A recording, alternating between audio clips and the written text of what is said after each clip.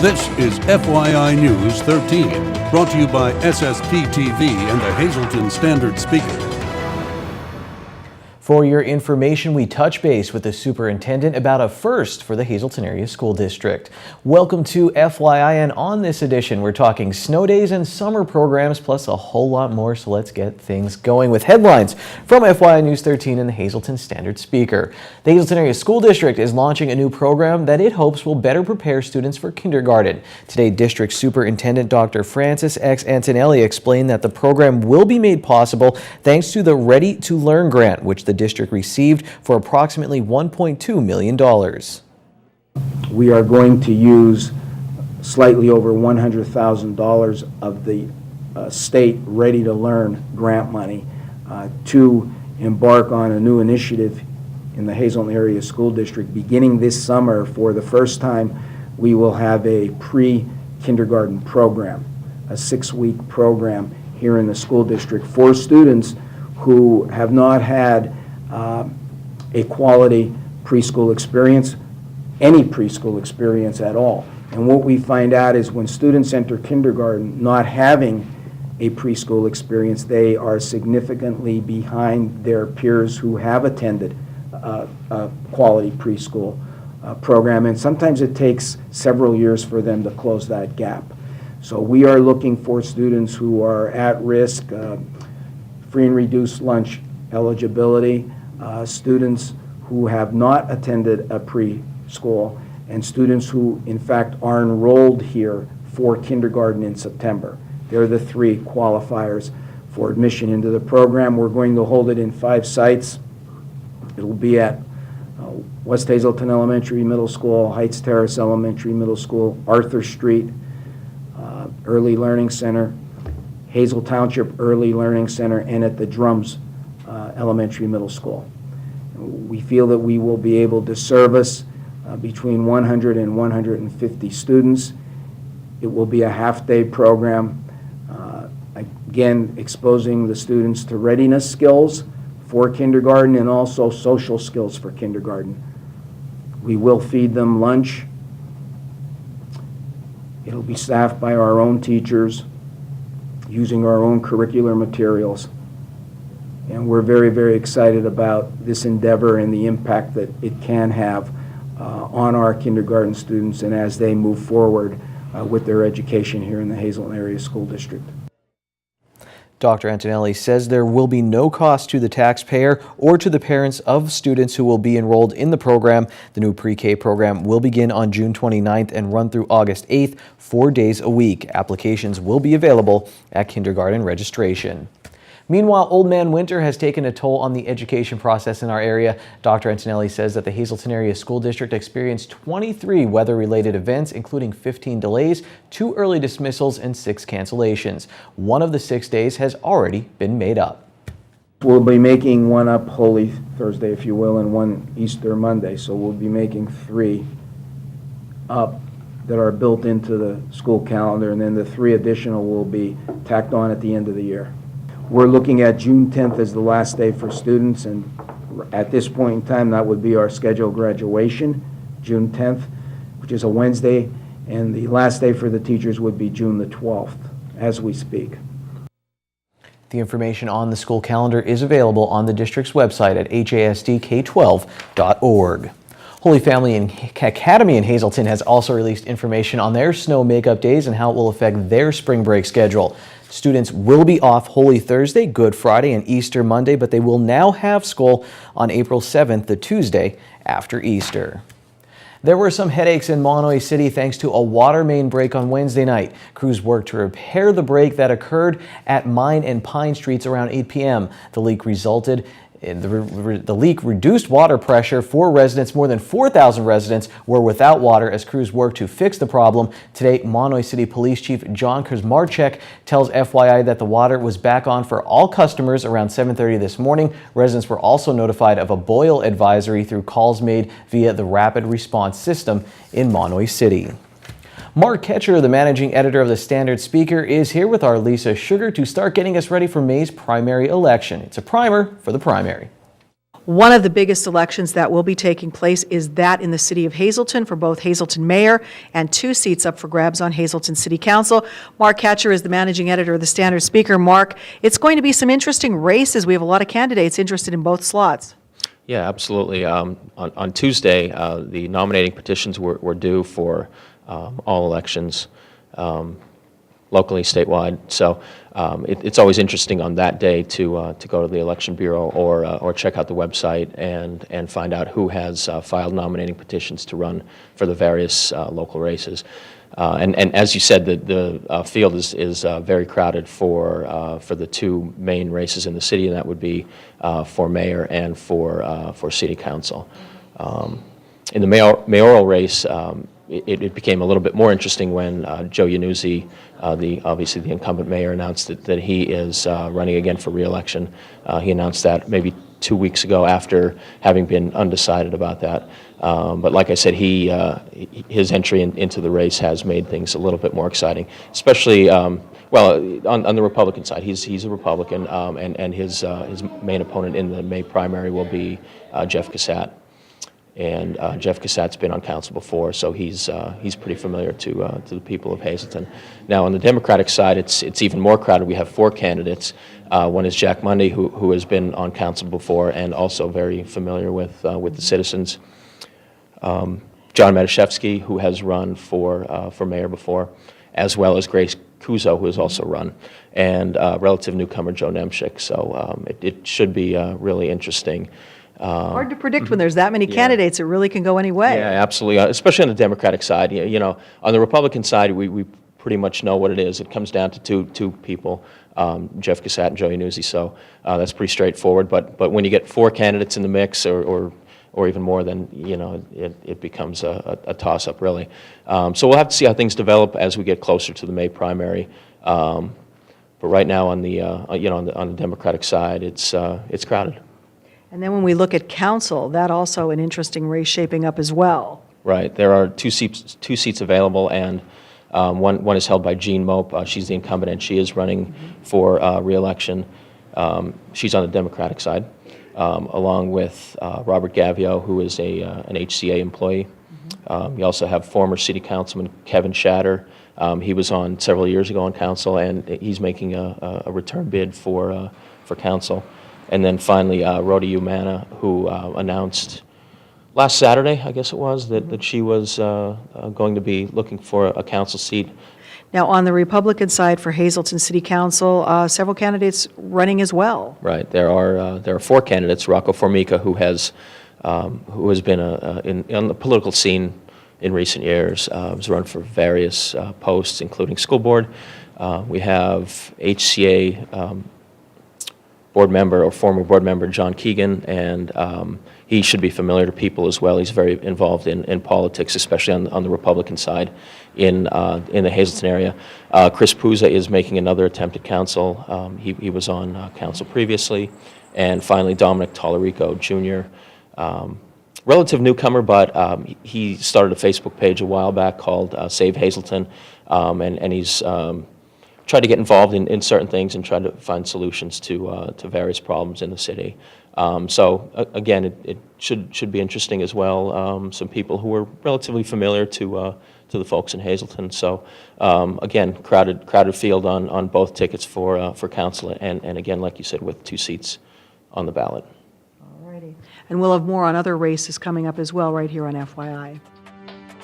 Thanks, Lisa and Mark. Speaking of voting, vote for Buttons. Go to HASD announcements on Facebook to learn more about Buttons the dog and to vote. Well, after this break, we're going to talk about Trumblow. I have no idea what it is either, but it's coming to Second Friday, and Lisa Sugart has the details. And a little later in sports, Kelly Kostaneski from the Standard Speaker is back to talk about the Hazleton Area High School bowling program.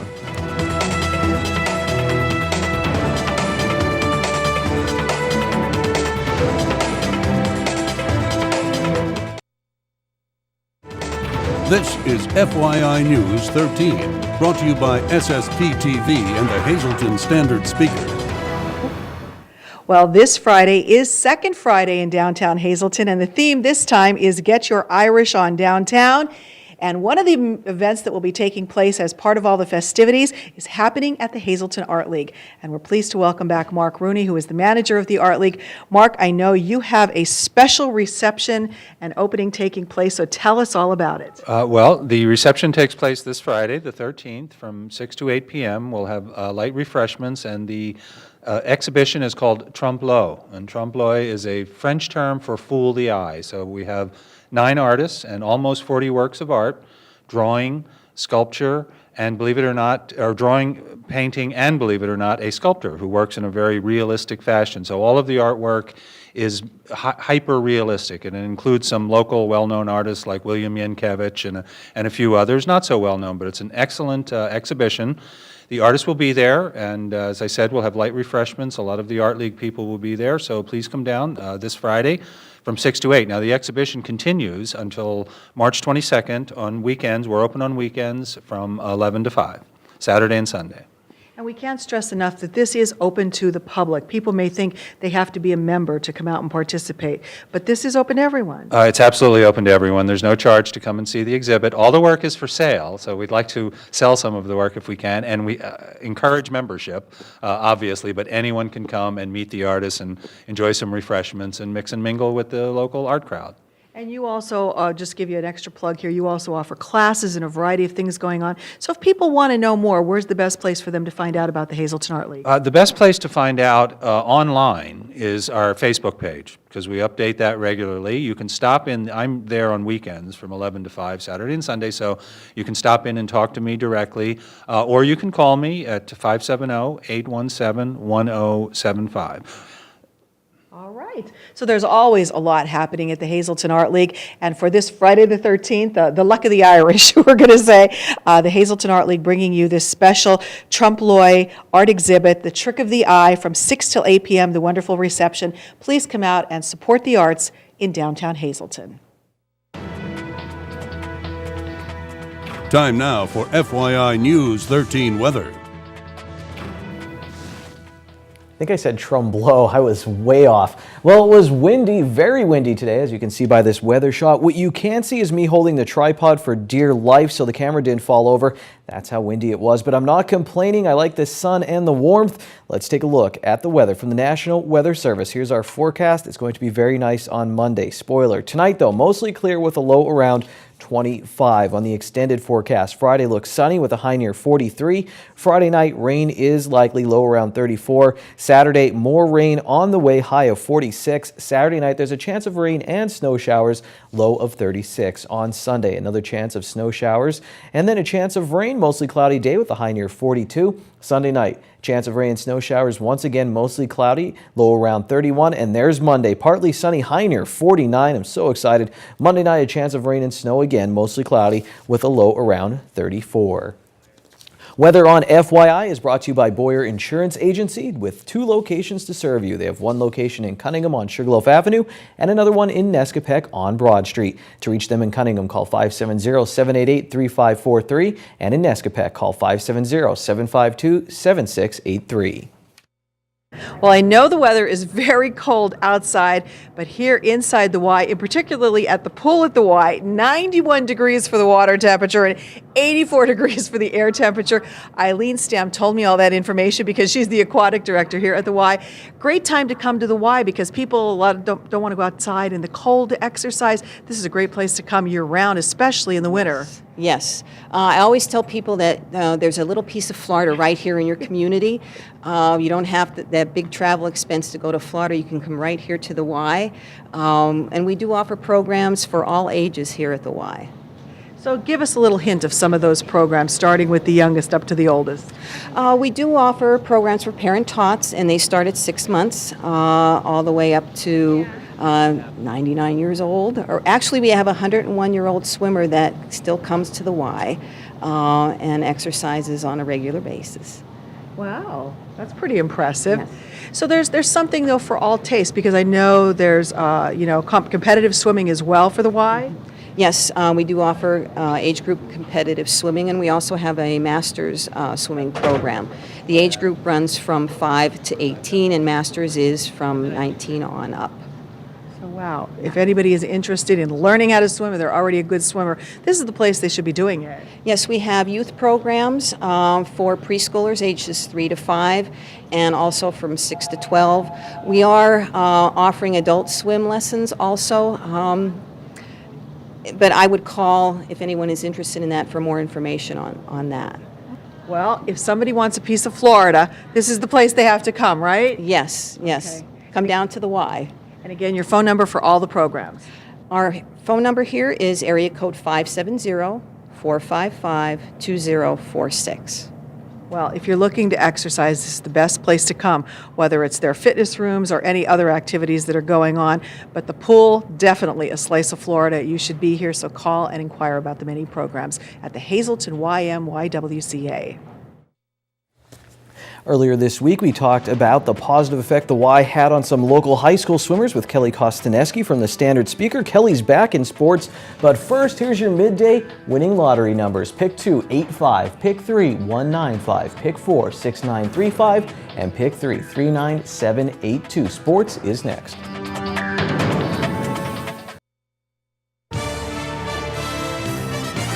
This is FYI News 13 Sports. Kelly Kostaneski is back with us here from the Standard Speaker, sports reporter at the Standard Speaker. Kelly, we talked about swimming earlier in the week. Now we're going to talk about Hazleton area bowling. They've been very successful, and for the second straight year, the girls team will be going and playing for bowling for a state championship. You've been covering them. Just tell us a little bit about this girls team. The bowling team's, a fairly new team. The program's not around all that many years as some of the other sports from the school.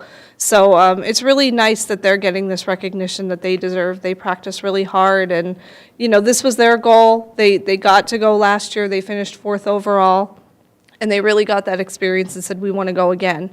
And this year they finished 3rd at the Eastern Pennsylvania Regional Championships, and they made it to the semifinals and lost to the eventual champion, which was Pennsbury.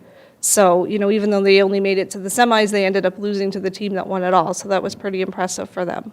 So that was a good run. And have you covered them all this year? Have you been at any bowling events? Or? I don't get to go. They don't have very many home ones, so I haven't gotten to go to any. But I was just out there talking to Coach Sean Evans, and I saw the bowlers when they were practicing to head to this regional championship. So it was exciting to see them. They work really hard, and people think bowling's a sport where you go up there, you roll the ball, it knocks the pins down, you're done, but there's so much science to it. I mean, I would love to sit down with them and do a more in-depth story on it. So it's really impressive what they're doing. Does Coach Sean Evans think that this girls team can do it? Does he think this is a team that maybe can push for a state title now that they're out there? I think so. They have so much experience. 2 of their girls qualified for the individual portion of the state championships. Jamie Calago was the overall champion at the Eastern Regionals for the girls. And Jenna Raypatch, who was only a freshman, finished 5th. So, they've got a lot of experience on there, a lot of good bowlers. And like swimming earlier in the week, we were talking about, a lot of these kids came up in the local youth bowling programs. And that's how they've grown in the sport and learned how to, by the time they get to high school, they're ready to be champion bowlers, just like they're going out there and showing. So. And you said there's one boy from the boys team who will be going out and competing for a state championship. Yes, that's Mike Walters. He finished 10th overall in the boys singles play. So he's going to go. This is the first time since, I'm trying to get this right, 2008 that there'll be a boy individual going to state championships, and the first time since 2010 for individual girls. So it's nice to, get them out in individual events again. I want to thank Kelly for coming by this week. You really need to check out some of her work at the Standard Speaker. Search her name online or keep your eye out for game reports and feature stories from her. Kelly was covering the PIAA State Swimming and Diving Championships this week, and one local swimmer, Rebecca Kanaski of Tamaqua, finished 19th in the 200 IM at the AA State Championship. She also took 19th in the 100 breaststroke. Marion's Katie Kurzinski placed 11th in the 100 backstroke, and Tim Timmy Dando, also representing Marian Catholic, finished 30th in the 500-yard freestyle. Now, all three swimmers are sophomores, so this is a great year of experience for the young swimmers. Matt Yidsana had 14 points and 6 boards for Monoy area in the second round of the PIAA state playoffs, but the Golden Bears, they lost to Conwell Egan. The Bears, playing basketball, won their third straight District 11 championship this year. The Shenandoah Valley girls lost in the second round of the PIAA Single A playoffs, but a great effort from them as they won their first District 11 title this season.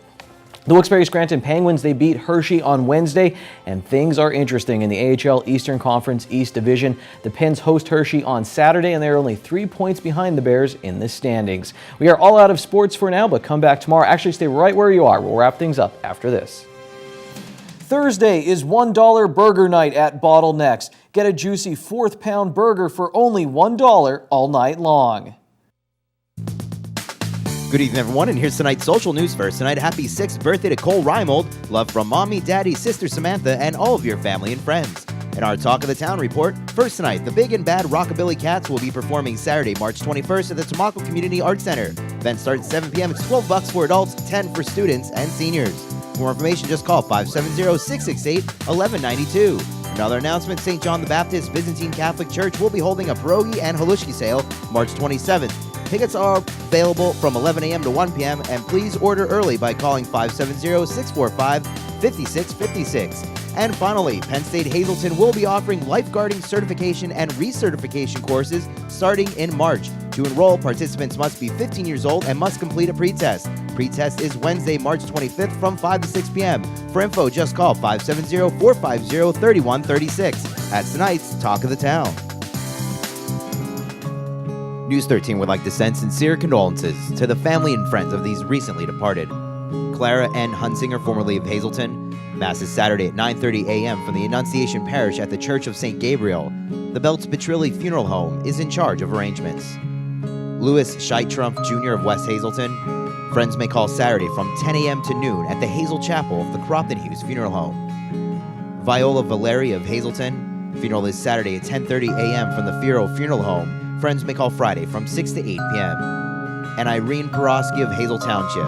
Funeral is Monday at 9:30 a.m. from the Frank J. Bonin Funeral Home. Friends may call Sunday from 6 to 9 p.m.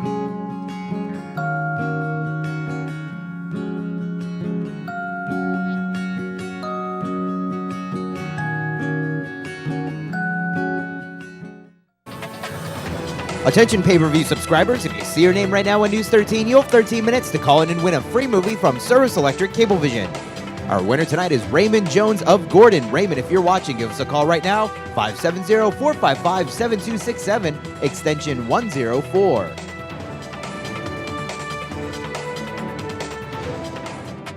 So Will Farrell played in 10 Cactus League spring training games today. One of them was the Cubs and the Angels. What I would pay to hear a conversation between Farrell and Joe Madden. That's awesome. All right, that's it for us tonight. We'll see you on Friday. Take it easy, everyone.